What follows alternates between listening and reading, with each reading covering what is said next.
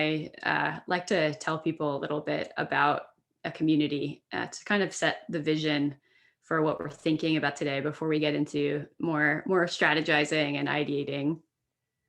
And the community I want to share a little bit about today is a group called Girl Trek, which is one of the communities that has inspired me the most out of everyone we've researched over the last 4 to 5 years.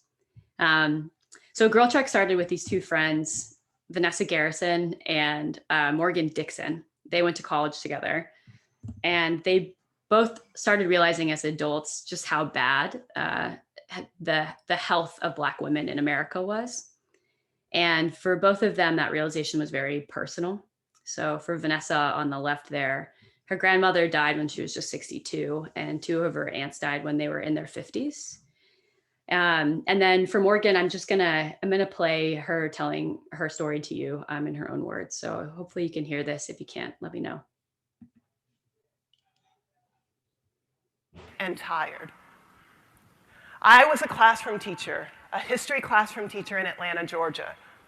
And I heard a statistic that the Black girls born in the year 2000, half of them would get diabetes if nothing changed. If the levels of activity and if the diet of these girls did not change, half of them would get diabetes. Those were the girls in my classroom. It was not okay for me. I had no idea what to do. I had no background in healthcare. I had no idea, I didn't even know what public health was. I didn't even know it was a field. All I knew is that if I didn't do something, like right then, I was gonna literally explode.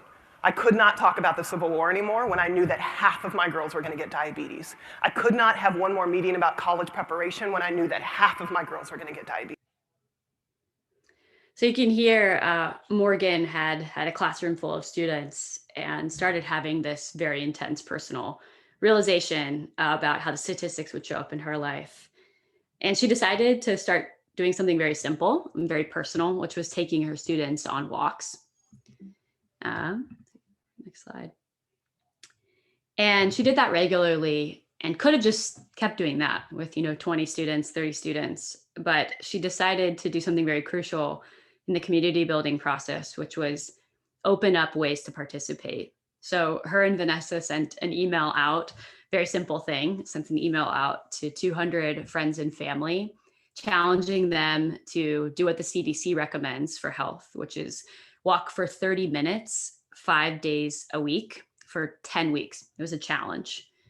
And very soon they had received more than 600 personal stories written back to them from people who had received the email and had done the challenge and said that their lives were being dramatically improved by this simple act of bringing walking into their own lives.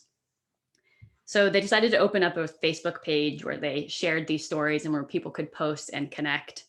And pretty soon, within 2 years, they had something like 100,000 followers and 12,000 people were walking regularly. So they went from this very personal experience of a cause, of an issue that they wanted to affect, and made it participatory. And then they did something that is really the final stage of building a thriving community, which is they began to empower leaders within the community. In their words, they identified the stars in the field for Girl Trek and elevated those people locally, gave them organizing authority and tools and training and resources to begin to lead their local areas, their cities and towns.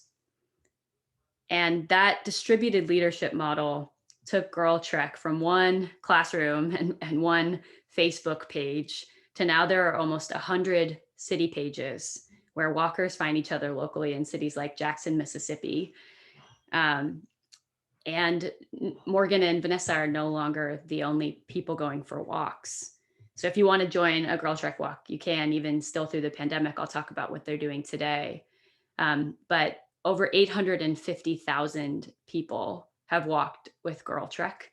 And they have gone on walks together along the Underground Railroad and from Montgomery to Selma, retracing some of the most important walks in civil rights history. So I just want to open up today, the story with you today, because I think Always had a similar sense of personal realization of an issue in an industry and wanting to do something about it. and wanting to invite others to participate and build a community around it. And I think Girl Trek is frankly a best in class example of what modern community building, which you can do with the tools that we have available to us today, to not just build a community for people, but to build it with people, and how much bigger of an impact you can have when you give other people the chance to participate and to lead, to take over some leadership responsibilities. So this is, I know I've been talking a lot, and today is going to be very interactive from this point on. But this is what the big takeaway that I've had from the last 8 years now of first working, building the Instagram community in the very early days, and then researching as many communities as I could about how people build communities together and do what I like to call progressive acts of partnership to build groups and to spread the impact. And today, we just want to help you all. We have some process and structure around thinking about community building that's been informed by all these different types of groups that we've researched. And I'm hoping that we can help provide some structure, some frameworks, and to the All Raise community, and help supercharge some of what you're doing. So with that, I want to kick it over to all of you and ask you, when I think about the power of building a community, it's in this transition from one person doing all the organizing and leading for a group of people to building a group of people who lead in small groups each other, and you can do more with one another than just for them. I'm curious to hear from someone on the All Race team about maybe just an answer to the question of strategically, why is All Raise investing in building a community or communities? How do you talk about that with each other and the goal of this work? Feel free, anyone who wants to jump in and set the tone. Well, for me, I feel like all of us are super passionate about increasing the funding for female founders, and then also making sure that the funders are getting access to the deals that those female founders are offering. So I think for all of us, we're really coming at it from like a passion standpoint, and because we're so new and so young, we don't have that problem where we can't find an audience. Like we have the good problem that we have is we have a huge audience already, and a lot of people have to just kind of search for that and promote for that. So I think that the thing is, we have all these people that we're trying to help, and we're all trying to help them simultaneously, but there's so many problems within the communities of female founders and funders that I think that we're trying to attack them all. In our community, we haven't really described what that actually entails, our internal versus our external. But the good thing is here, we're all passionate about trying to fix all the problems, and maybe it doesn't work out so well all the time, but we honestly all just want to fix the problems. Awesome. Yeah. Yeah, go ahead. I'll chime in and say, I think community was like the core insight that sparked All Raise. So the idea that a lot of women felt alone as a female founder, or they were the only woman at their VC firm, like the whole like premise of All Raise is that there is power in numbers and power in this like virtuous cycle of women helping other women. And of course, we have men involved now too as allies. And I think the core of All Raise is like, we have the power to change this industry together. And so I feel like I'm so excited we're doing this workshop, because like community is part of everything that we do. All of our programs are related to how do we accomplish things together? How do we help each other succeed? All of the like other things that we're doing to reshape culture are around how do we make the tech industry more of a community where it's about the collective good, and it's about people like succeeding individually, but succeeding together, right? Like, every time a woman is named partner, that's a win for everyone and not just for that woman in particular. It's interesting listening to that. We've done some work with the Surfrider Foundation, which is distributed groups for protecting the ocean and lakes. And they started out as just one group in Southern California, and then basically trained all these other people locally to advocate on a local level and now national level. But I heard you say the word celebrating in there. And celebrating for them is so important because it's a slog and because the world is actually like not in their favor and it's a daunting task what they're facing. But just to pull out that one word, sometimes when people are facing enormous odds, celebrating becomes so important to the community. And I love this point about it's the key insight that you founded All Raise on. Great. Well, if you have anything else that you want to add, you didn't get a chance to speak up there about the strategic value for All Raise, please drop that in the chat. But I want to get you a little bit into the meat and potatoes of our work today. So I'm going to move forward. And I want to start with the first activity. So over the course of the last few years, me and my two business partners have been working on pinning down across all sorts of successful communities, from grassroots ones to major businesses like YouTube and Twitch kind of platforms. What are the common themes of what great organizers, great leaders of communities do? What actions do they take? And over the course of all this research, and we've done hundreds of meetings with coaching community leaders, we've realized that one of the big issues is that people have thousands of ideas, hundreds of ideas around what to do for their community. So it's not necessarily about coming up with ideas, it's about prioritization and deciding on what things to do next, and assessing maybe we've missed a key step. So I want to start by establishing sort of a shared language around the things that you do to build a community, and maybe assessing a little bit of where All Raise is at. So this activity is called Order the Order of Operations.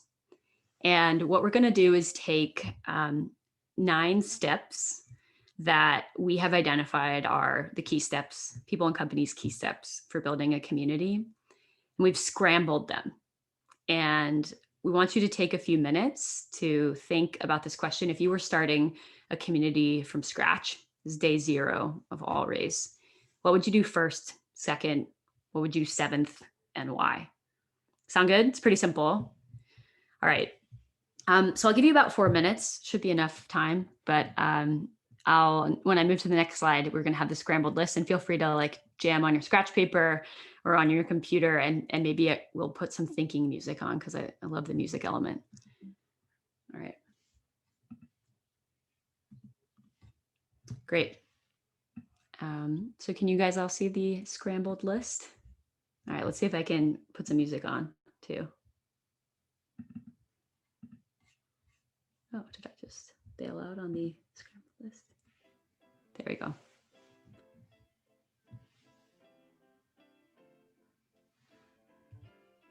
She can say in her voice, in her way, that she love me.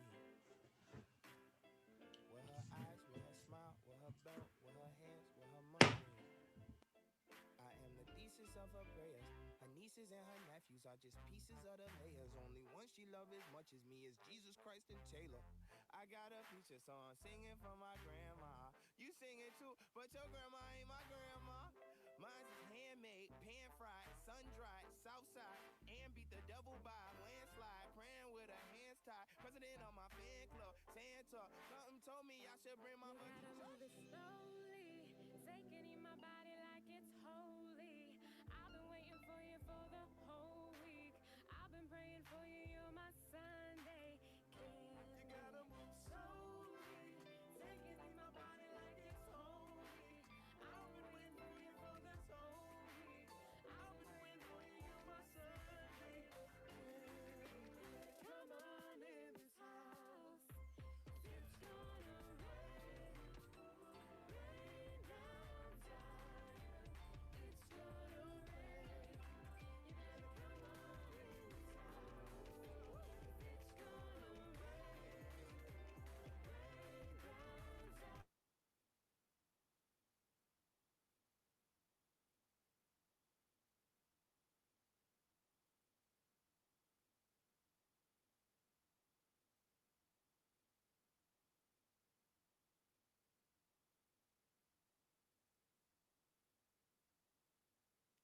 Zeros in my stocking, holding your pockets in place. I like my love with the budget, I like my hugs with a cent. You smell like light gas while the electricity rent. You sound like why the gospel choir got so tired. Singing this praise on a daily basis, so I gotta try it.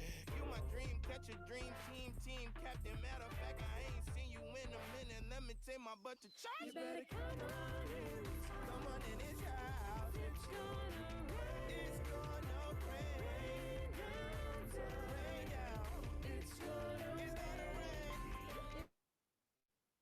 Come on in this house. It's gonna rain.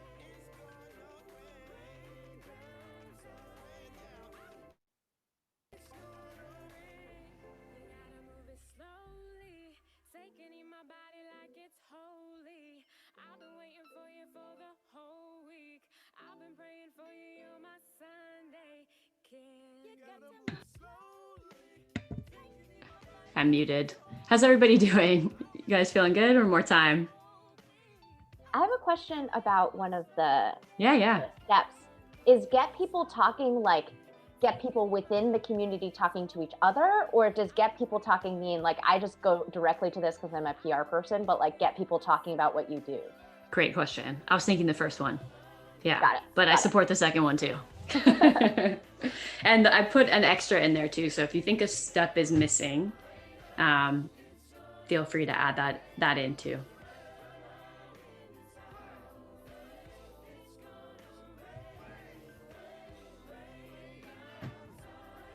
Great. So I think maybe in the next minute we'll wrap.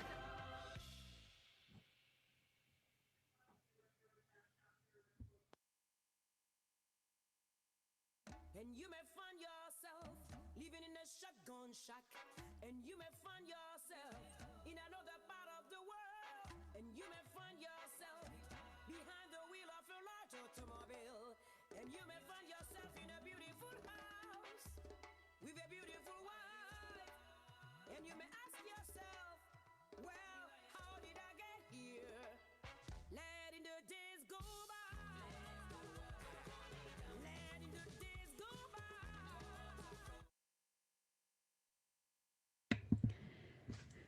Okay, so we'll wrap it up. Does anybody want to share their order with the audience, with the crowd?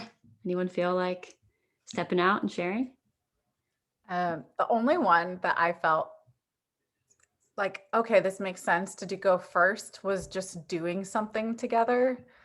And I just felt like that is where it all starts, that, you know, it's like people who are just passionate about something who like have coffee and then they're like, let's do something. So that Great. was the only one I was like, I think that goes first. Great. It's a good instinct. Anyone have something else different for the first slot? I chose That's- pinpoint your people because like you need to know who is coming together to do something. That's just how I thought of it. Do something was my next one though. I like it. Melissa, I saw you raise your hand too. Yeah, I thought what was missing and what I would start with is like, you know, for a startup, it's like, what problem are you trying to solve? And for me, it's like, why are we even going to do something together? Why are we going to have an event? Why are we trying to build community? So what's our goal for doing that? I Yeah, actually, Alicia. to Melissa's, so that's kind of how I interpreted pinpoint your, cultivate your identity, in being the like, the who are we, like why are we here, which is why I put it first. But if it actually means to be more specific than that and like really defining, then I would put it later. But I interpret And I did that too, Alicia. That was my first one, but then I was like, wait, does this mean we're defining like the goal already with that or not? Yes, I second that as well. That was my first. Great. These are awesome. All right, you ready for the big reveal? Dun, dun, dun. Okay, well, first off, I'm just going to hit you with a metaphor. So our big metaphor for a community building is that it's like building a fire. A fire is sort of like this metaphysical, magical thing. It's pretty wild. We can just make fire, but there's a clear set of steps and also some key ingredients that you need to build a fire that you can go back to. So our kind of big theme is that you have to spark the fire yourself a little bit, get it going, and then you got to feed those flames, understand what to give fuel to, and then pass the torch if you want to spread the community and grow further. So I'll show you the steps. I think we even actually have the correct order at the bottom if you kept your letters. So just to address, you guys had great instincts, and we see pinpoint your people as very close to this understanding, what are we bringing to the world, and why, and cultivating your identity as we've put it here is around understanding sort of the community's language, symbols, like things that make people who are strangers feel united, and taking cues maybe from the community itself. But depending on exactly what you're building, like if you're a fan club for a sports team, that identity piece is pretty important. So for different communities, some of these steps will shift and change. Like I said, for the Surfrider community, celebrating is really important. We put it here at the end. And so I want to make the point that you can break the rules. And the key thing to think about is what we like to say is sort of compounding interest. Are there things that if you get these programs or these tactics right early, they will pay off with dividends later on? So we talked about get people talking, for example, and earlier spoke about how important it is to have leaders of your community that you give roles and responsibilities to. So maybe I know you have chapters, host a chapter somewhere, or lead some element of your community building. You're not going to be able to empower leaders effectively if you don't have a healthy, thriving space for them to communicate with each other and share resources, share insights, share stories. So you want to make sure you figure that out before you start bringing on a team of leaders. So starting to think about, all of these steps you might have to slightly adjust, but there are some things that if we do them earlier rather than later, we'll see more benefit and the community will grow more effectively. So I also wanted to ask you all, which of these things do you think Allraise does really well right now? You excel at this. And which of these steps do you think we could improve at or are priorities for Allraise? Feel free to just jump in if anyone has a thought. I think Allraise has so many micro communities that we're building, and I can see this, this model being effectively applied at all of the different levels. I think what Allraise has historically been less good at is the goal step of community, the overall that Alicia and Melissa nodded to as well, because we have so many different smaller pockets of communities. It's like, where do we start first? Like prioritizing which community do we want to build out, because they have different purposes. So that's a thought. Yeah, you have sort of a couple of different who's, which I think are communicated very effectively, but there are multiple communities that you are running that sometimes bridge across each other and perhaps sometimes operate in silos. And so that creates some complexity around prioritizing and maybe unifying the community. Is that a good way to say it, or? Sure. Well, actually the layers, I don't know if Caroline shared with you her community map that she's been working on. We have so many different stakeholders. We've got community of volunteers. We've got communities of seed founders, and then funders over here, as well as principal funders. Then there's partner funders. And those are two distinct communities that are in the same career path that may want to interact or may not. And so just the principals themselves as a micro community, the partners themselves as a community. So we have these members like that, and then we have the volunteer layer as well. And then we have this broader reshape culture community, want to leverage this 20,000 people to reshape culture. So what is the purpose of that community? So each community has a different purpose and set of objectives. And I think we haven't defined what we're working to, but we haven't historically defined each of those objectives very precisely so that we know how to operate against them. Yeah, Great. I agree that I think we need more work on audience, like who is our audience? Like it's so easy to be for female founders and funders that's everybody, and maybe not like, and we can't actually serve everybody, but I think we do a really good job at 2, 3, and 4. Doing something like we have a bias towards action, so we're great at getting people talking, we're attracting new identities. I think we need to cultivate our own culture and identity much more, and it kind of dovetails a little bit into like know who your audience is and who you're trying to serve, because we won't be able to serve everyone. And I think we're pretty good at celebration too. We could do more in terms of storytelling, but we tend to, if there's a strong muscle we have, it's a celebratory muscle. The ways that we celebrate could probably be scaled better, but we're the recognition that we should be doing shout outs, but sometimes our shout outs feel exclusive or to a very small minority of people as opposed to across our community. I have a question. Yeah.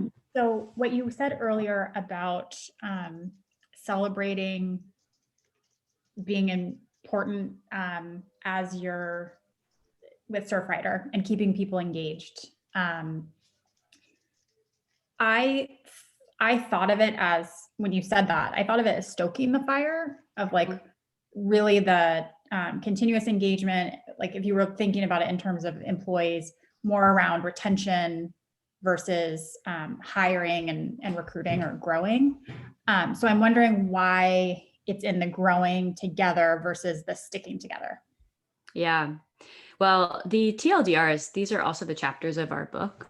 And so we included it at the end, in part because I think a lot of times there's a grand celebration at the end of the year or at the end of a group accomplishing something all together that allows you to reflect on that aggregate impact and to kind of begin the cycle again.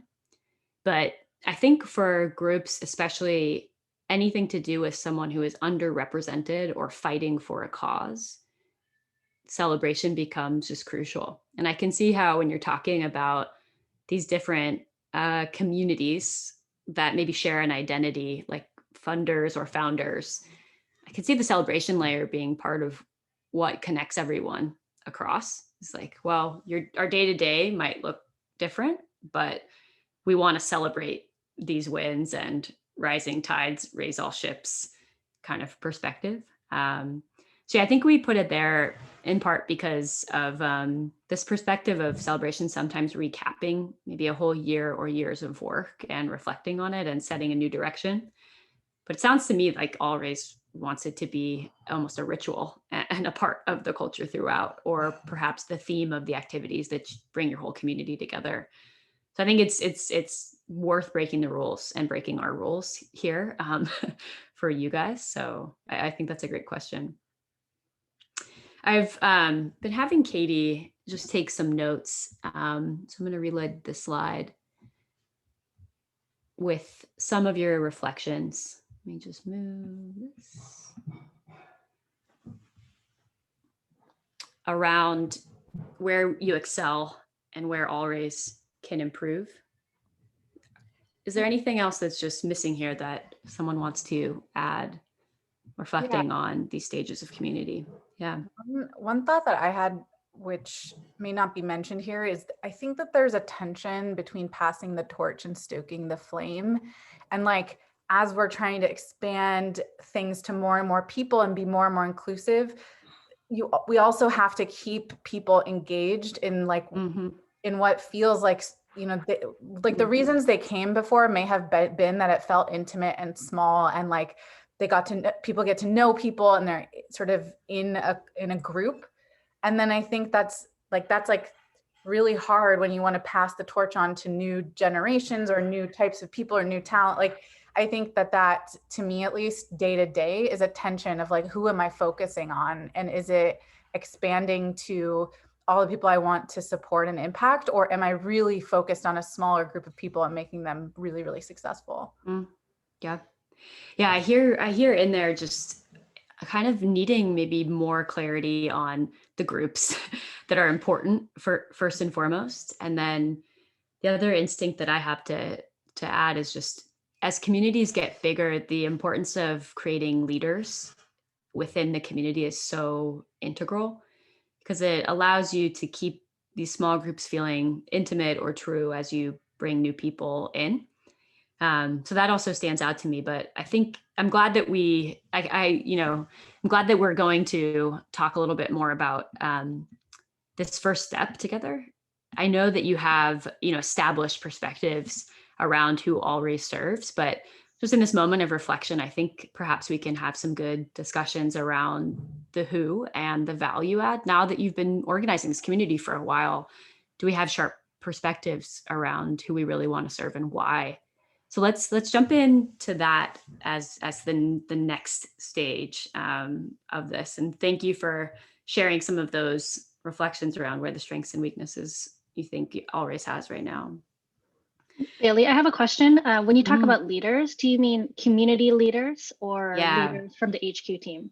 Yeah, community leaders. So one of the core tenets of growing a community, sort of the way that you saw Girl Trek did, where they have people who run city pages and city chapters, and this also happens online, is as a group gets bigger and bigger, you want to create leaders within the group so that your group, your HQ team can scale with this big group of people. You're probably, if you grow Always this community at maybe the rate that you'd like to, or to the reach that you'd like to, you may never have enough people on staff to, lead or give high touch support to every single person in that community. So that's where giving people roles like you have maybe perhaps with chapter leaders, or maybe as folks who are moderators of the Slack or whatever, it makes the group more meaningful for those people who have a role. But it also allows you to scale the magic if you can bring on great people. So yeah.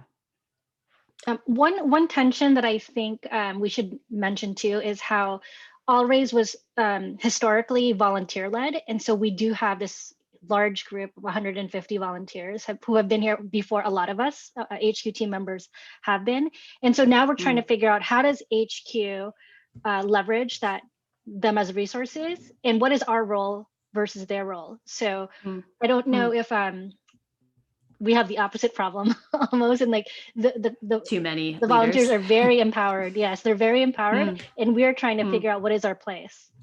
Yeah, that's a great spot to be in, if I can say. But yeah, I think a big thing that we work with our clients with is designing structure for those people, and going back to that theme of building with, not for. We even bring community members into the process of designing the leadership roles that they want and understanding what structure and support they need to do those roles. So it sounds like there's some work that can happen there too, of just providing a little bit more of a clear sandbox for people, and where that allows you to work together instead of some sort of ambiguous context that you overlap with. But that's amazing that you have 150 volunteers. That is the type of thing that many organizations wish for. And so I think the hard part, that can be the hard part. And some of the structure is totally a solvable problem. Awesome. Okay, well, let's jump into this next part where we're going to just reflect a little bit on the who and the why of Always. So the very first chapter in our book is Pinpoint Your People. And like I said in the beginning about community building, it's not an act of building for people, it's an act of building with people. So instead of asking yourself, how do we at HQ build this community for our members, it's really about thinking about progressive acts of partnership with other people and how you can all build the community with one another. So instead of thinking about who do we build this for, it's who builds this with us. It's sort of a different way of thinking. And to get clear on this stage of pinpointing your people and some of the value that the community brings, there are two deceptively simple questions that you have to answer. So the first one is, who do we want to get together? And the second is, why are they coming together? And Melissa, I think you were thinking about almost like the value as if, in product terms, in business terms of a community. And the definition I use of a community is it's a group of people who keep coming together. So they're sort of retained over something they care about. So if you break a community into two elements that you have to have cognitive clarity on in terms of like, what is the product we are offering? It's a mix of that. Who is this group of people and what is it they care about, that they want from this community? And if you have that kind of theoretical cognitive clarity, you can make a lot of these downstream decisions about programming or about identity rooted in the value that you're actually bringing people. So I know you have some perspectives on this, and I'm hoping that our conversation today is going to just help us reflect on where we're at and perhaps the next phase of refining All Raises focus. But we're just going to take a stab at answering these deceptively simple questions. So the first one is we're going to start with who. Like I said, if you can, we do this with every client we work with. We spend a lot of time getting very clear on their who and why, and some of this sort of like more theoretical research-based work, because if you can get these two things and be cognitively clear on them, the logistics, the details can ladder back up into this North Star. So in terms of why, I'll just share another story of another community that I think is amazing, which is Red Table Talk. I'm sure a lot of people here have heard of Red Table Talk. It's Jada Smith's show with her mother and her daughter. And it was in the news this past summer because of, I think, Jada and Will Smith's like sort of personal life. But what you might not know about Red Table Talk is that there are actually people who organize their own mini Red Table Talks. So they have thousands of people who have built city-based communities where they actually get a table and put a red tablecloth over it and replicate the conversations that they see on the show, because they want to bring more of that transparency into their own lives, which I feel like it's lacking. And I'm just going to show you a video really quickly, so you can kind of see this for yourself and how the community talks about it. So we're getting like Facebook ad blocked here. Not now, Facebook. Okay.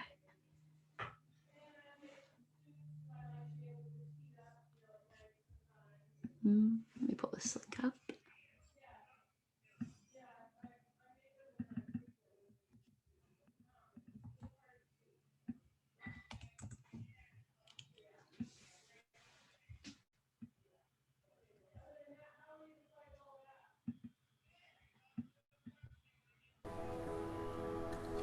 Women are really very reserved about the level of burden they're willing to share with other women. Some of the innermost thoughts and secrets that you have. We talk about Red Table Talk on a regular basis with my friends. Roz talks about it with her friends. She said, we need to have a Red Table Talk. And I thought, okay, sure, we'll have a Red Table Talk. We did a Facebook event post, and then it just happened. People are looking for a place to be that level of transparent. They're looking for a room where they can just speak their truth out loud. How many of you have family members that struggle with mental health issues? Anyone want to share?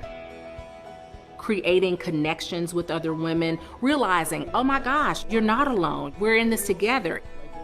The only thing that I know right now to do is just to let her be.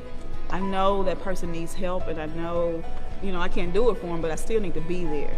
We've got to get to the point to where we say it's okay for me to go talk to a professional. The Red Table Talks are about exposing. Let's not make them taboo anymore. Let's just talk about it. They immediately said, we have to have another one. And then you have to create a Facebook group for us because we have to stay connected. Because they had come in as strangers and we've now become friends. We really can create the community that we want, and it's just a matter of just starting a conversation.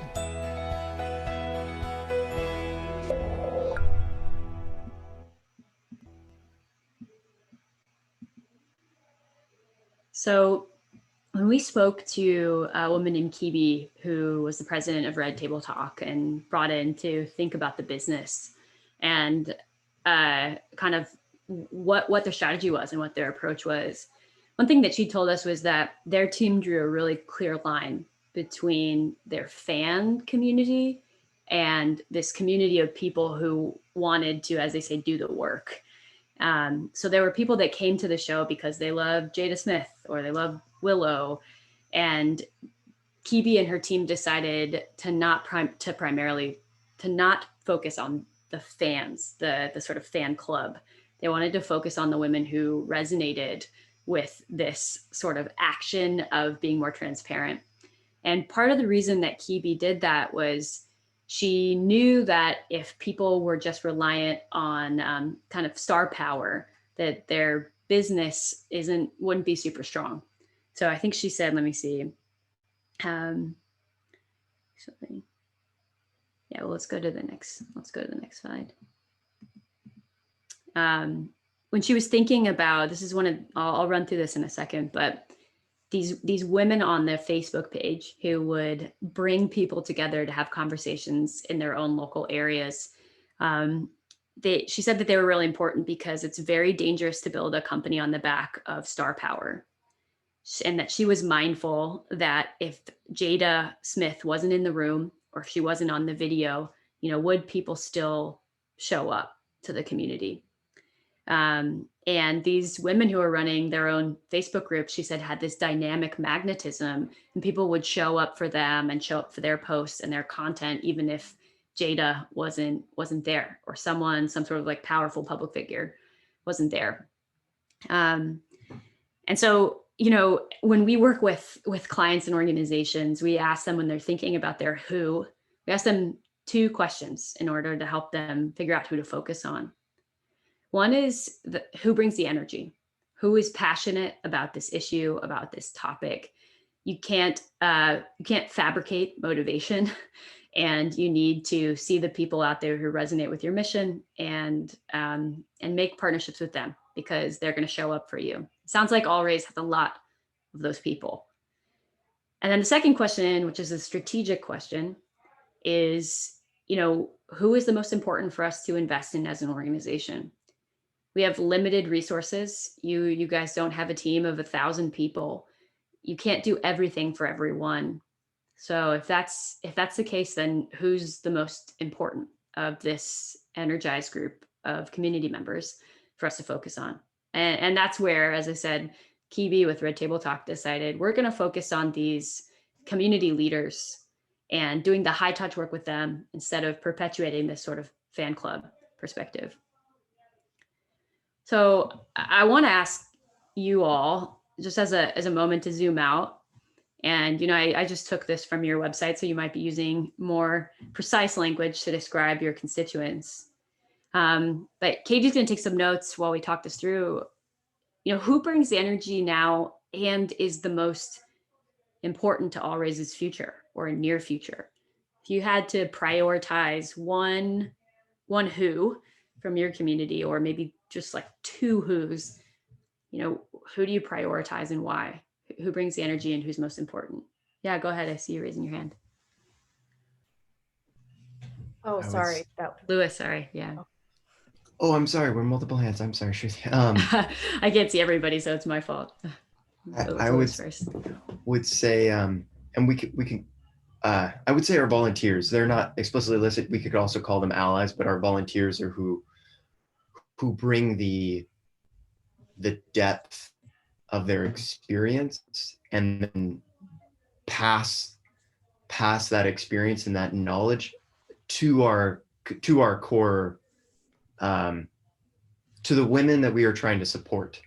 So I would say without our volunteers, our speakers, our working group leads, that of course we're changing our conductor model team, side note, without them and their expertise, energy, we wouldn't have a meaningful value add to bring without that marriage of their energy. Are the volunteers and allies different? Just so I understand. No, I would say we have our volunteers are founders, funders, and allies. So it's all in one bucket. And even speakers that we have, they might be a founder, they might be a funder. So I think there's different levels underneath the funders and founders and allies. and essentially they could all be volunteers. So yeah, I hear what you're saying, Lewis. I agree too. It is volunteers, but these are our volunteers. Like listed here could be all of our volunteers. Yeah. Right. And it's an ordinal prioritization, right? It's like the volunteers and the volunteer experience to support everything, versus our funders and founders who we're here to serve, but we wouldn't be able to serve them without our volunteers. So it's like a reframing. In my opinion, as the newest person to the team, I'm 6 weeks in, I think that the funders brings the most energy and is probably the most important to the future, only because there's nothing out there that really competes with the programmings that we offer. However, for the founders, there's many competition when you think about YC and all the other startup programs that they're part of. And so I don't know if we're offering something that they can't get anywhere else, apart from representation of women founders and funders. It's also like there's our legacy in that too, Melissa. Like this was born, Oliver's was born out of funders. I think the founders are the most important this year, next year, all of the years, because we want to make sure, and they're bringing the most energy. I think that what happened was when Always first started, we were like both founder and funder focused, and last year we were super funder heavy, and this year we got a little bit more into the founders, and that going into the third year, there'll be a better mix. But I think that the idea is to create more funding for the female founders. And of course that goes in a loop with the funders as well, but like without the founders, then what are we funding? Like that's the main problem we have. Like that's the problem we're trying to fix. So Dominique, you're saying we've had a vote for volunteers, which is the sort of whole category, but a specific type of person is giving their time. We've said funders are perhaps differentiating, perhaps the legacy. And Dominique, you're saying you think that though the founders are the most important stakeholder, it's ultimately who you're serving. Yeah, I guess I wouldn't know how we're going to increase the money. Like if we don't have nothing to invest in, then what's the problem we're trying to fix? Like if we have funders without founders, then what's the point? Yeah, I think it's interesting because it's kind of the theory of change is that when you get more women represented as writers of checks, you send more money into the ecosystem of female founders as well. And so both are important, but it's interesting because I would say the most energy and maybe the most important and influential and powerful would be funders, but it's in service of what Dom is saying, which is ultimately you're hoping that wealth generation goes back into communities of founders. And so it's kind of funny because if I were to say which ones which ones can move the needle the most, the funders are the ones that have the power, the wealth, the capital. But like why do we care about that? It's not simply to make people more wealthy. It's genuinely, to contribute to a more diverse ecosystem.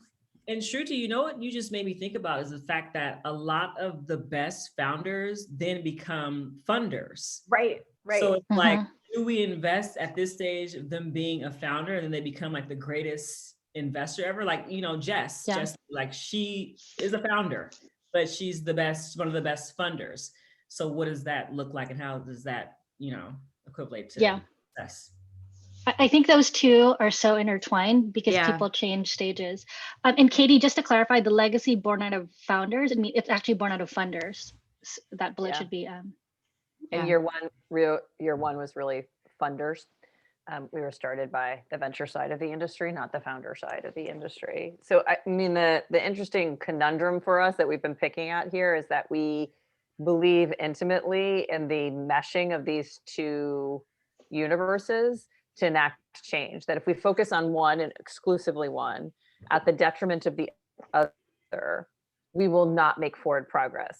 And you're hearing that in kind of the conversation. And so as a community, it's kind of interesting because I think we have a community of funders, we have a community of founders, and we don't yet have a lot of community interaction, at least not healthy interaction between those two kind of key, there's got to be an intersection of those two key communities for our broader community to be successful. And we haven't yet found that intersection, like nirvana, if you will, that like why these people get together in the same room, because oftentimes they have their own limited resources Yeah.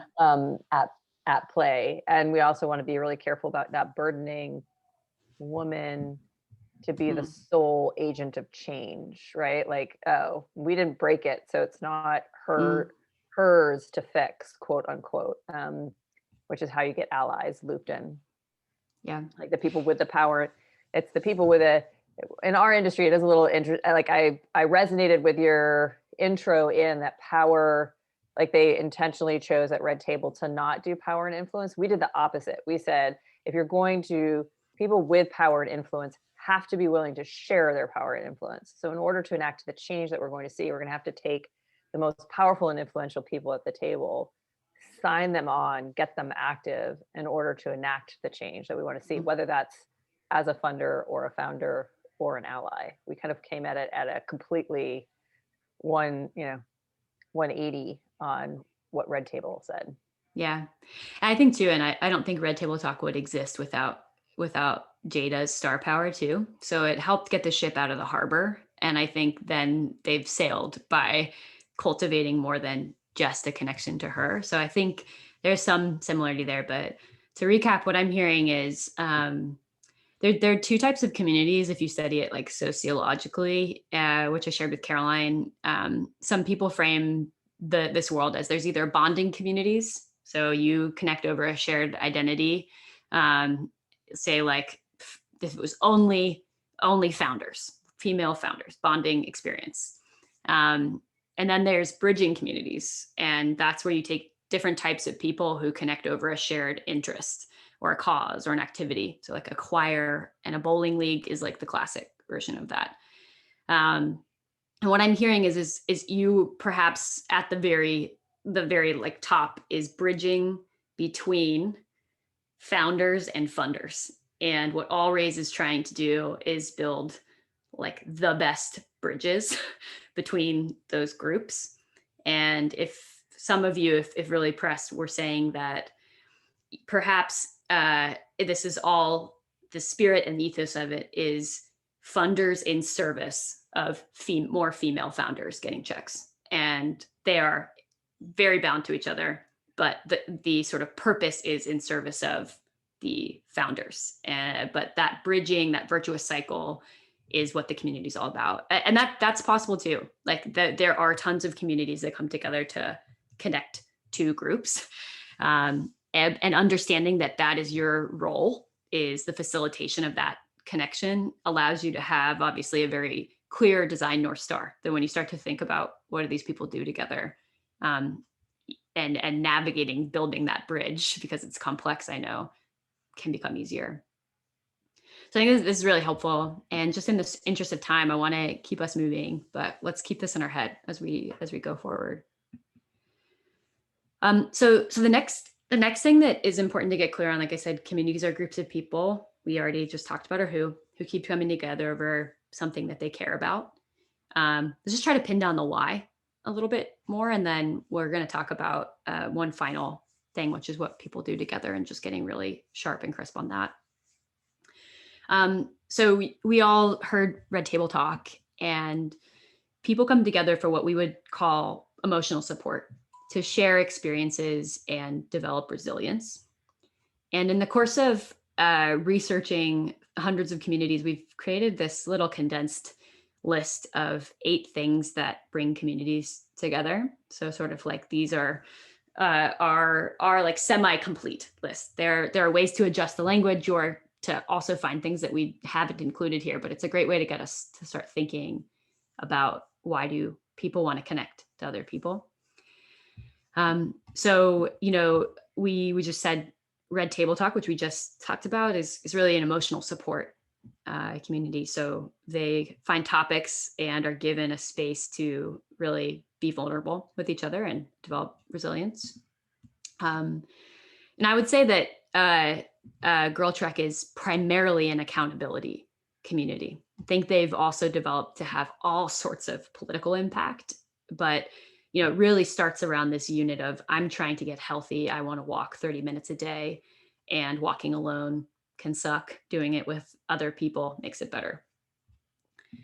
So I just want us to just think through, if let's say that we're assuming that our community is both funders and founders, and it's our job to connect those people. Let's keep them in our mind and just say what will keep these people, or why will these people come together? What will connect them to each other? And I'm going to put those themes back up. And thinking about that group of people, can we come up with one really cognitively clear reason, primary reason why these people want to access each other?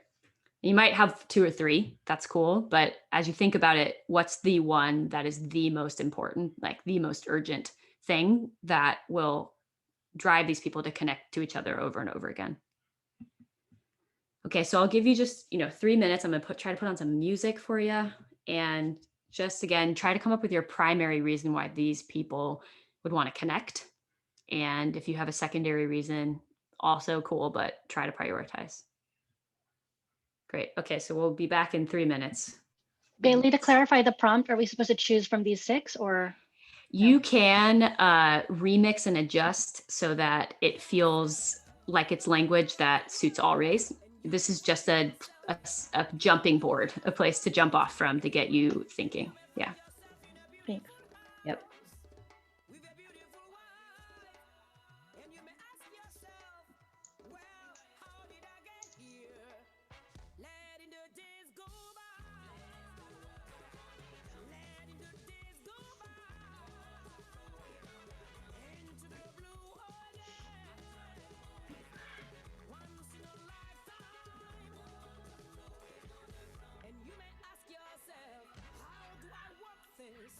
And you may ask yourself, where is that large automobile?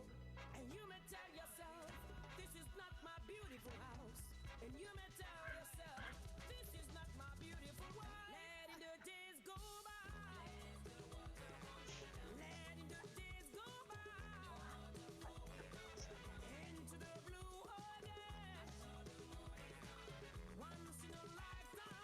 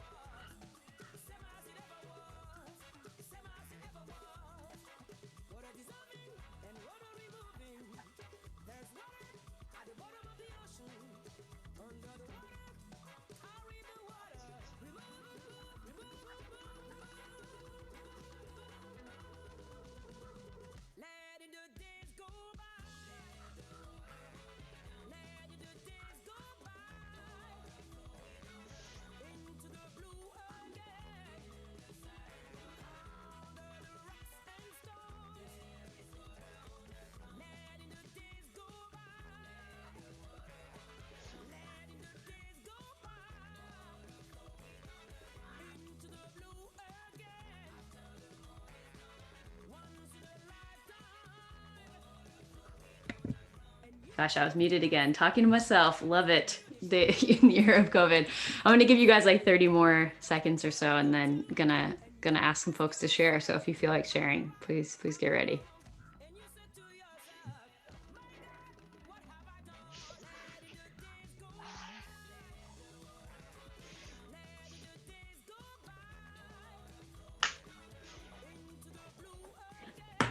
All right.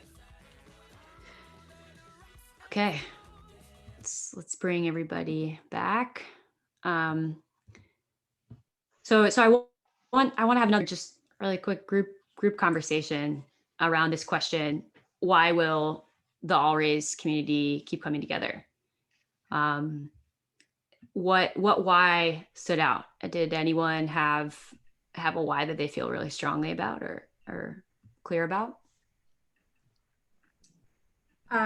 I had 2.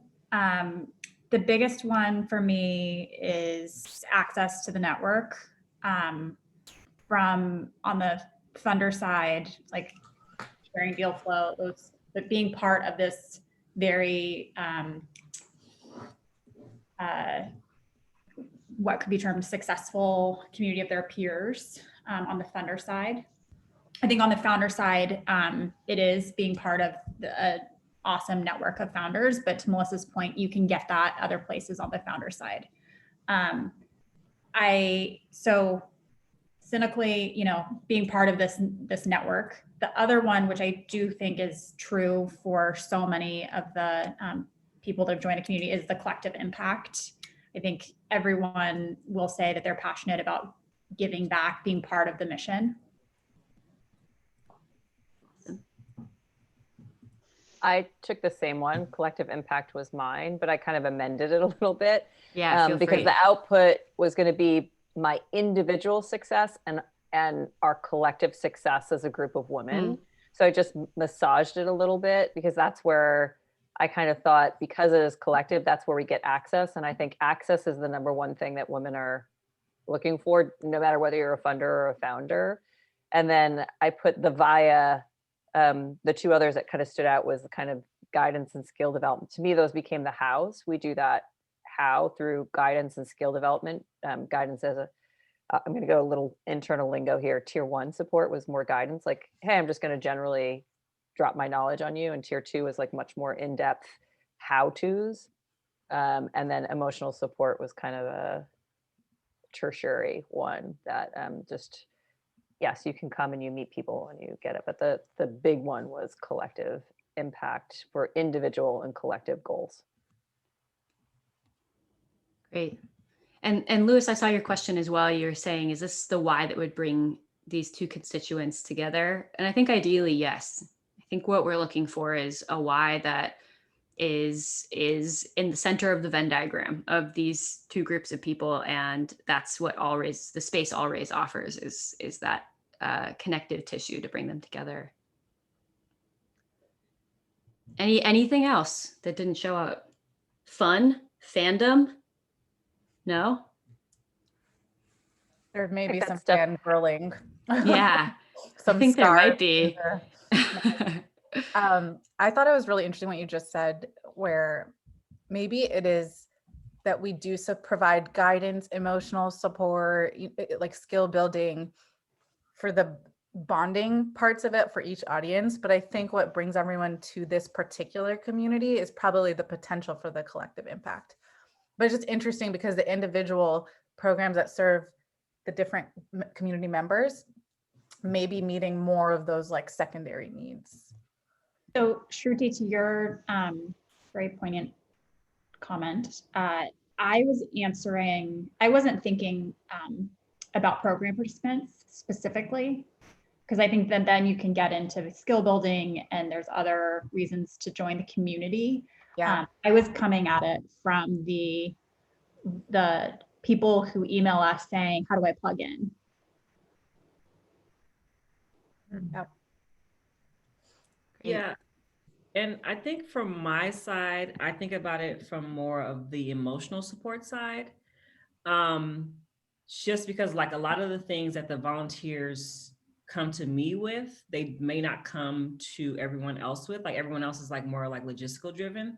And for me, it's like how they're feeling, how's the role going. So sometimes I find that I actually play in more of a therapist role, just trying to make sure that they're okay and make sure they're going to be all right in their role. And if not, then moving them otherwise. But a lot of the things that I hear are like the emotional support and the fun and the guidance versus the other pieces.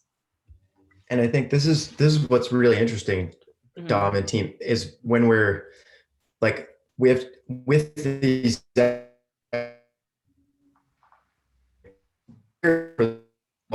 volunteers, these are the things that bring the volunteers together versus these are the things. Oh, am I frozen? Can people hear me? Froze a little, yeah. Yeah, you froze a little. Oh, I'm there. Okay, great. You're back. Oh, okay. All right. If we're not super clear, oh my gosh, this is so frustrating. Just trying to make a coffee.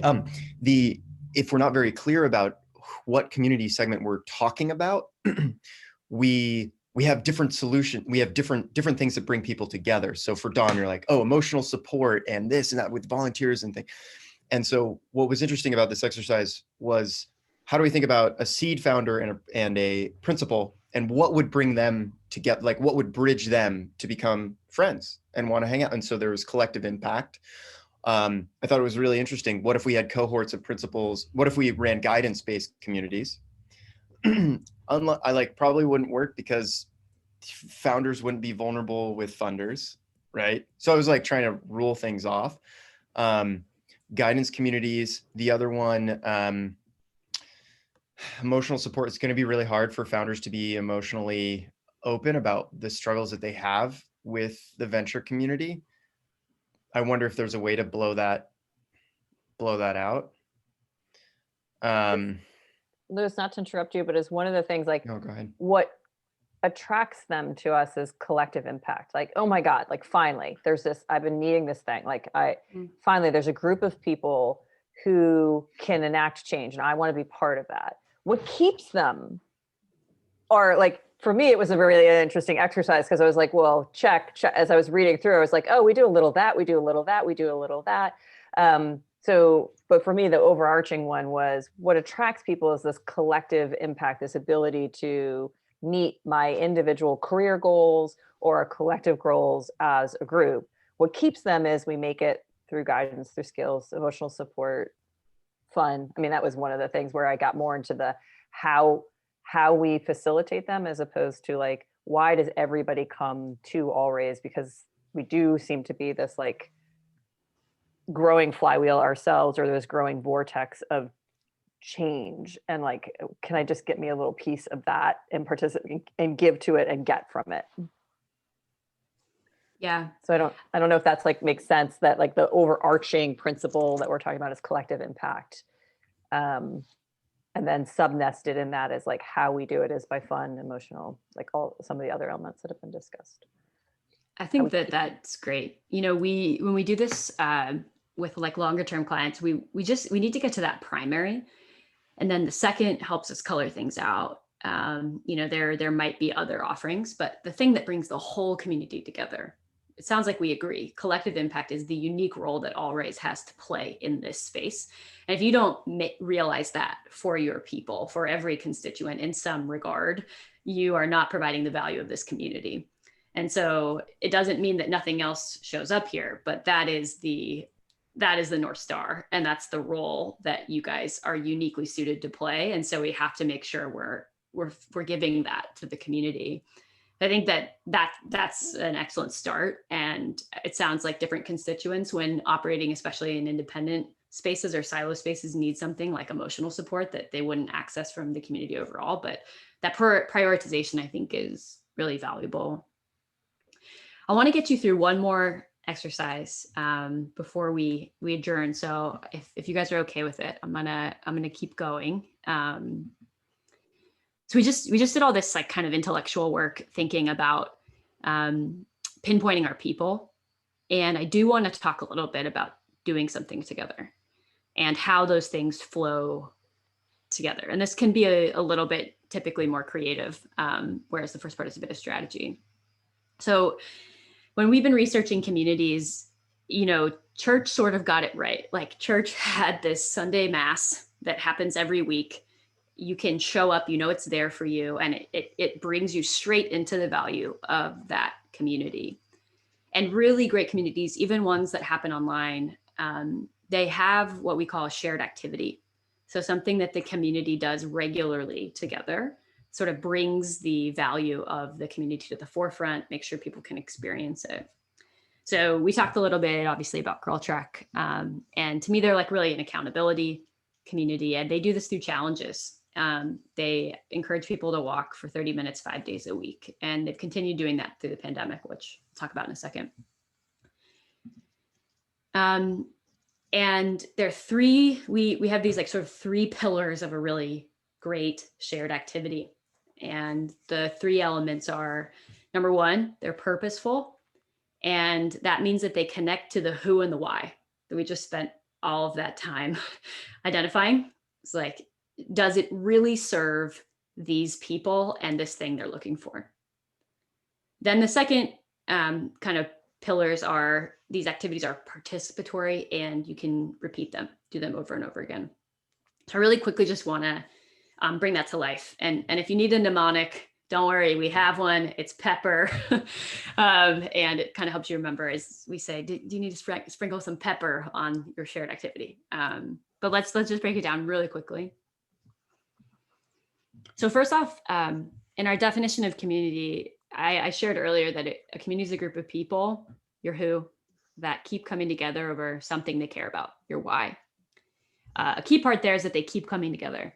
I feel like there's this issue with the word community where people will use it for like a user base or like a Lululemon marketing event, when in reality, it's not a group of people who keep meeting and building the kind of relationships that would allow them to understand how they can offer resources to each other or actually do something that might be substantial and impact their goals. So we really encourage people to make activities repeatable. And one way to think about that is that the format needs to be not too complicated, somewhat simple, and also that it's something members want to do over and over again. So we look at Red Table Talk. The format's pretty simple. You just get a group of intergenerational people at a table and a topic, and people want to keep going back to it for many reasons. But one of them is that the theme is shared from the show. They come up with something really potent to talk about, like addiction in your family, narcissism in your family, and those topics change and people can come to the table and discuss it. Also told you I'd share more about Girl Trek. So since the pandemic hit, every day, I believe at 12 o'clock Eastern, they do a live conference call that lasts for 30 minutes where the founders of Girl Trek often interview a leader, a usually Black female leader in a space. So they've had like Angela Davis on to do a 30-minute walk with them live. And you can call in while you're walking and listen to the conversation. And then they also release it as a podcast. So if you're walking at a different time, you can listen, and you can like go listen to it on the podcast now. Like you hear these Morgan and Vanessa talking to each other, they're breathing heavy, but they've sort of like recreated this experience of walking with other people and accountability. Like, we are doing this every day, join us. So I wanted to share that, just something that's repeatable. People want to keep walking. It taps back into that accountability, and they allow people to keep walking in those 30-minute units, keep it up. That's pretty simple repeatability. Make it somewhat easy for another group of another chapter, another cohort to do, and meaningful to keep doing. The second principle we talked about, participatory. The All Raise community is passionate about the cause that you guys are working on at HQ, and they want to contribute. They want to speak up. They want to leave their fingerprints on one another, to share with one another instead of just sort of be spoken at. They want to speak up and share about themselves. So give them the chance to do that in how you design these activities. Really quick example is an unconference. So these two guys on the left are two former Google employees who were senior engineering leads, I believe, at the Google office in Chicago. And they were frustrated by the fact that the Midwest has basically like no tech culture, and they wanted to do something to help with that. And so they started this thing called an unconference, which is essentially a conference flipped on its head. So instead of having famous people selected to talk about topics that they decide, you all show up, you get interesting people, and you decide together, what do we want to talk about? So in this world of when we used to get together in person, they literally set up boards. People vote on what topics they want to discuss, and you assign them into rooms. People break out into different places, and people end up talking about incredible things like video game design. What else do we have in here? They teach each other how to flame torch. I went to this last year, and they had a person who is an expert in really old books who brought a bunch of books or taught you how to make sushi. And basically what it does is it inverts this sense that the participants just sit back and listen, and actually activates all of them in making the conference. And one really cool thing about WordCamp is there's a bunch of public figures that come to this. So like Peter Sagal from NPR and the guy from the Mythbusters. And there were like 11 astronauts there and like award-winning novelists. And they all are just doing these things they're really passionate about. And there's like a very clear sense that we are talking about our interests. We are not establishing like a hierarchy between the people in attendance. So they've really taken this format that honestly was like a lot of like talking at people, and they've inverted it and made it really participatory. And one of the organizations we work with now is a group called EdCamp, which is so powerful and impressive. And we don't have too much time, so I'm not going to talk about it a ton. But they do this with teachers. So teachers who want to learn to be better teachers, they used to do this in public schools pre-COVID. They get together on the weekends and teach each other how to talk about race in the classroom or new tech tools. And they're doing this online now. So they've continued to be able to like facilitate it just with a simple spreadsheet, links to Zoom rooms. People can pick the topics they want to discuss and break out and go for it.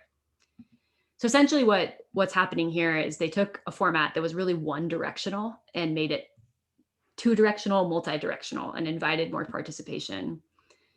You can do that in a lot of different ways. You can take a lecture and turn it into a salon or a small group circle. You can take maybe one person telling a story and instead collect stories from across your community about a different topic, bring a bunch of voices into the fold. Like I said, conference. Oh, I repeated that one. I apologize. Usually I'm more on top of my diversity here. Also, guidebook into a wiki. Instead of one person writing, the travel guidebook or the tips guidebook, you can source them from many different people. So the idea is really to drive up the participation, and then you get more collisions amongst your community as well. You get more people understanding more about each other and how they can help. So when we are doing this in depth with our clients, we have like a whole database of like very participatory, very repeatable activities that communities tend to do. And there are a lot of options here, but none of them matter if they are not purposeful. So that's why we spent so much time with you thinking about your who and your why. And the reason that a lot of people fail in their community building efforts is they don't actually create a sharp enough purpose. So they don't really understand who they're serving and what those people want. And then they create really muddled offerings where it's hard to understand like what's going on here and what my role is. So I just pulled together a couple of inspiring shared activities for you, just based on my perception of All Raise that I thought could get some creative ideas going. So I'll just share this with you really quickly. Some of these are a little bit strange, so roll with me. But this is a woman named Berna Anat. She used to work at Teen Vogue and then actually was like the teen lead at Instagram for a period of time. And she realized that the financial space, the personal finance space, was, as she likes to say, it's in her internet bio, hella male, hella pale, and hella stale. And she wanted to change that. So she has taken all this extremely dense, impossible to break apart personal finance information and made it very accessible and funny. So Berna's who and why is BIPOC women in particular who want to help with their personal finances. And she really has a clear sense of her purpose. She wants people to be able to navigate. So it's kind of guidance oriented, but with a whole lot of fun. So Berna was on our podcast, and I'm just going to share her voice with you so you can hear her describing how clear she is on her who and why. Thing is, like, I grew up kind of inhaling these people's coaching too, of just like, yes, the American way, like walk over coals for our work week, like, yes, we can hack our way to billionaireism. Well, I don't know what we're hacking our way to, but I guess it feels good. But it's basically, it's people who are sick of that. And I would say it's majority people of color, women of color. And what we do on Instagram mainly is kind of where I make the most noise. I would say that all those folks came to my channels and stayed because of the level of kind of lightness and humor that I bring to personal finance. And so clearly Berna knows exactly who she's serving. And she doesn't just like make content. She's not just a content creator. She has conferences where she brings people together as a Slack group of all these women who are trying to figure things out. And she does parties, which I think is rad. So now they're virtual. People bring their wine and like everybody's sitting at home drinking wine and doing budgeting parties. And Berna rotates who gets to come up like on stage with her. And that person gets really vulnerable, shows everyone their budget or what they're willing to share. And Berna walks through it step by step. And she even makes like a cake. You can see the cake on the left. But I love this where she's really clear about like who she's serving and what they need. This space is hella stale, hella male, hella pale. And she's trying to do the exact opposite of that. And she does it through a party, which I think is really fun. And wanted to just share that as an example of where I think some of these things can feel really like imposter syndrome-y and cold and financial, and she's inverted that vibe. Another activity that I wanted to share with you is a really great bridging activity. So this is an organization called Rhizome, and they were like originally a listserv of all of these different types of digital artists like 15 years ago, and that was just starting out. And what I really like about them is they have a great activity that brings together people who admire each other, but usually don't spend time with one another. So they do this activity called 7 on 7, and they take some of the world's leading digital artists and creatives and some of the world's leading technologists and issue a challenge to them to see what they can come up with in 24 hours. So they've been doing it since 2010, and they've had people like Ai Weiwei work with one of the leading figures of WikiLeaks. This is a photo, that's Mike Krieger, who started Instagram with a guy named Trevor Paglen, who's like one of the leading surveillance artists. He's like very significant. And they do this really interesting job of mashing people together to work on an activity and a project that otherwise wouldn't be in the same space, but who really admire each other. So I kind of use this challenge or competition format to bridge between these groups, which I really like. And then I'll just share one more piece of inspiration. This is a community called The Dinner Party, which is amazing. These two women named Carla and Lennon started it. Both of them lost one of their parents before they turned 20 from cancer. I believe actually both of their dads may have had brain cancer, and they were the primary caregivers for their parents. And when they lost their parent, they realized a couple of things. One is that all the existing like therapy and support is aimed for people that are a lot older than them. And the other thing was that having lost a parent or a really close family member at that age, you censor yourself about it constantly because you don't want to bring down your friends. And they ask you, what are you doing for the holidays? It's like, well, you don't really want to necessarily talk to people about it, so you just don't share. So they started this community in a very ad hoc way. They had a table in LA of people who had a similar experience losing someone in their 20s or 30s. It was really close to them. And today they now have tables in, there are more than 400 tables in more than 100 cities, serving thousands of people. And the thing that I wanted to, the reason I wanted to bring them up is that they hand match tables. So they have people who have all had this shared experience fill out an application online, and they assemble a table in a city. And now they do it by affinity groups as well. So people who have experienced someone through a certain kind of loss or maybe share an identity. But their team's value is to hand curate the matching and put a table together that meets once every couple of months. And, you know, they're thinking about automating that now that they're at the scale of serving, I think like 5,000 people. But I thought that was a really interesting value to add, to say we've intentionally decided that you all should spend time together, can really make people feel like meeting a group of strangers, and that relationship is much more meaningful and valuable. So we're at time, and I wanted to have one more. This is Carla, who started it, and Lennon also. And this is the number of cities that they're in. And I think there's something like 50 tables in New York City alone. It's a pretty wild scale. And we're at time, but I wanted to ask you all, you know, what is Always doing well now? And, you know, where can you improve in thinking about the activities that you offer? And, you know, are they purposeful enough given what we've discussed today? Are they truly participatory? Are they repeatable? You know, what are the areas where you guys actually, we've nailed this. They are extremely participatory events. They're activities that we use to bring people together, or actually, no, these aren't repeatable at all. We have to host all of these. It's not going to scale, or these aren't purposeful given what we've just talked about today. Using those three pillars to sort of analyze, are these activities what we should be doing or shouldn't be doing, is helpful when you're thinking about a community investment, and especially if you want it perhaps to scale to reach more people through your volunteers or support team than you could alone.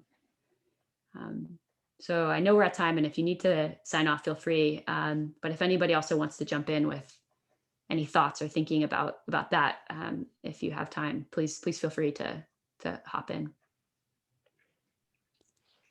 It's definitely an exercise we should run post this, like just do an extra 10 or 15 minutes on this.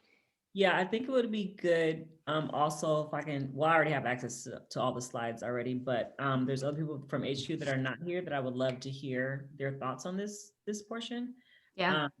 And we're now being super sensitive around timing and how we're running over on meetings, and it is the end of the year. So it would be very helpful if I can just get this in a format where I can have the team run it, but post this meeting, just because we want to be respectful of time. It's the end of the year and we've done a lot. So awesome. Here with the team to say. Yeah, I hope that was valuable to everybody. And the only final thing I'll say is the final exercise we had was just, it's helpful as a group, I think, to write down what did we take away, like what most stood out from the session, and then like what's keeping us from doing any of these. And I'd say if you want to take that lens of Pepper and put it against your activities, it's a really powerful thing to do. And then this would just say, like, if you want to get the most value out of this session, is sharing across each other, what do we agree that we do really well or has been crystallized for us, and also what do we agree is like something that we need to work on. Even just jotting it down in a Google Doc and putting it all so you can see it, that can really help, I think, as a collective exercise of moving this work forward. Thank you. And I apologize for going over, but I really enjoyed the time with you all, and here to help in any way I can. So please let me know. It was a joy to meet you all, and thanks for the work that you do. My mom was one of the early female pilots at United Airlines, and I grew up like in the wake of a woman who was not supported by the culture that she worked in. And so, yeah, I just to say, like, it's very personal to me and meaningful to me to see the work that you're doing, and I appreciate it. Thank you, Bailey. Bailey, and you're amazing as well. And thank you for working with myself and Caroline on this. This was amazing. We got a lot out. I hope it was helpful. And if send me a note, please share my email. And if there's any way I can be helpful, or you have any recommendations for how we could have even made this better, I'm always all ears. So thank you. Thank you. Thank you. All right. To this, we appreciate it. Yeah. See you guys. Thanks for the participation too, team. Yeah. Thank you.